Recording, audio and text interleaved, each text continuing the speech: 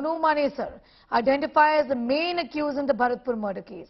A Bajrang Dal member, the face of the Cow Protection Task Force of the Haryana government, is now being blamed. He has gold button on YouTube, over 2 lakh subscribers. India Today has access to an old video where the main accused can be seen opening fire in Gurgaon. This video is from the 6th of February. This has got to do with a parking dispute.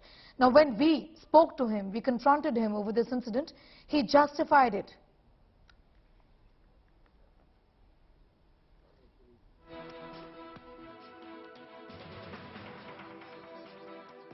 मेरा एक सवाल है कि 6 फरवरी को आपने गुरुग्राम में एक firing की थी जिसमें मोइन नाम के बच्चे को गोली लग गई थी पटौदी में, और आपके ऊपर FIR दर्ज है। उस मामले में भी आप फरार चल रहे हैं।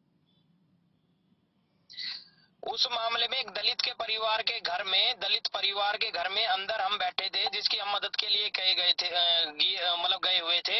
बाहर से अंदर से गेट बंद था, और क्योंकि हमारे साथ वहाँ लेडीजें भी थी, दलित परिवार था, बच्चे भी थे, उनको बचाने के लिए हमने हवा फायर जरूर किए थे, जो मेरी लाइसेंस है, हथियार है। हमने किसी को गोली ना मारी, और उसमें भी पुलिस को जांच करेगी तो पता लग ही जाएगा कि हमने ये घटना नहीं की है। हमने तो सिर्फ और सिर्फ वहाँ पे हम पुलिस की मदद करवाने के लिए उन परिवार के पास गए थे, और हमारा कोई भी उस घटना से कोई भी लेना देना नहीं। फायरिंग तो की थी ना आपने, एक बच्चे को गोली लगी। बच्चे को गोली लगी है, वो हमारी गोली नहीं है, उनकी तरफ से भी फायरिंग हुई थी। Kamal continues to be with us. Kamal, this man has been on the run. Give us a sense of who his associates are. There are about 8 people, all of them from the Bajrang Dal, who've been named in the FIR as well. See, at least 5 of them have been named, and they are Shrikant, Lokesh, Monu is the 5th accused who's been named in the case. But what is also important is that there seems to be a criminal antecedent as far as Monu is concerned. There's a video of him doing the rounds now about him taking out his gun and brandishing it in the parking lot.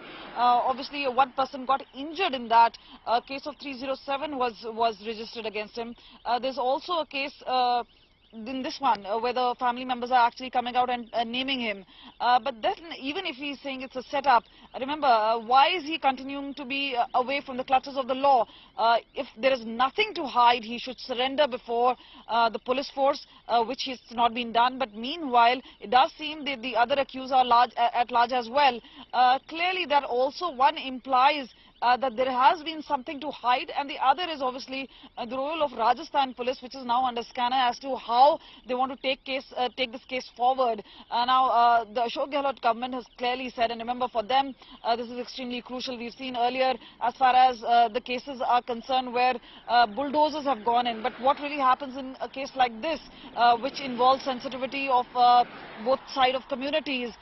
There is obviously one fact that Junaid was involved in cattle smuggling.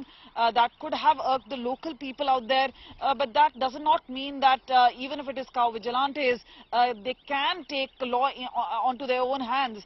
So the investigation has to be done. It has to be done in the earnest way, and obviously there has to be a proof. Meanwhile, what we've heard from Monu is obviously that he's innocent, and this is all being a setup with his name cropping up. If there are any eyewitnesses, whether the family still claim that he was one of them who had actually picked up and abducted and then carried these particular 2 men to Bolero, is all a matter of investigation now. Remember, the DNA forensic will eventually put the names to the 2 skeletons, but meanwhile, it's a foregone conclusion, at least for Haryana as well as Rajasthan police, that the 2 men who've been found dead in the car were in fact Junaid and Nasir.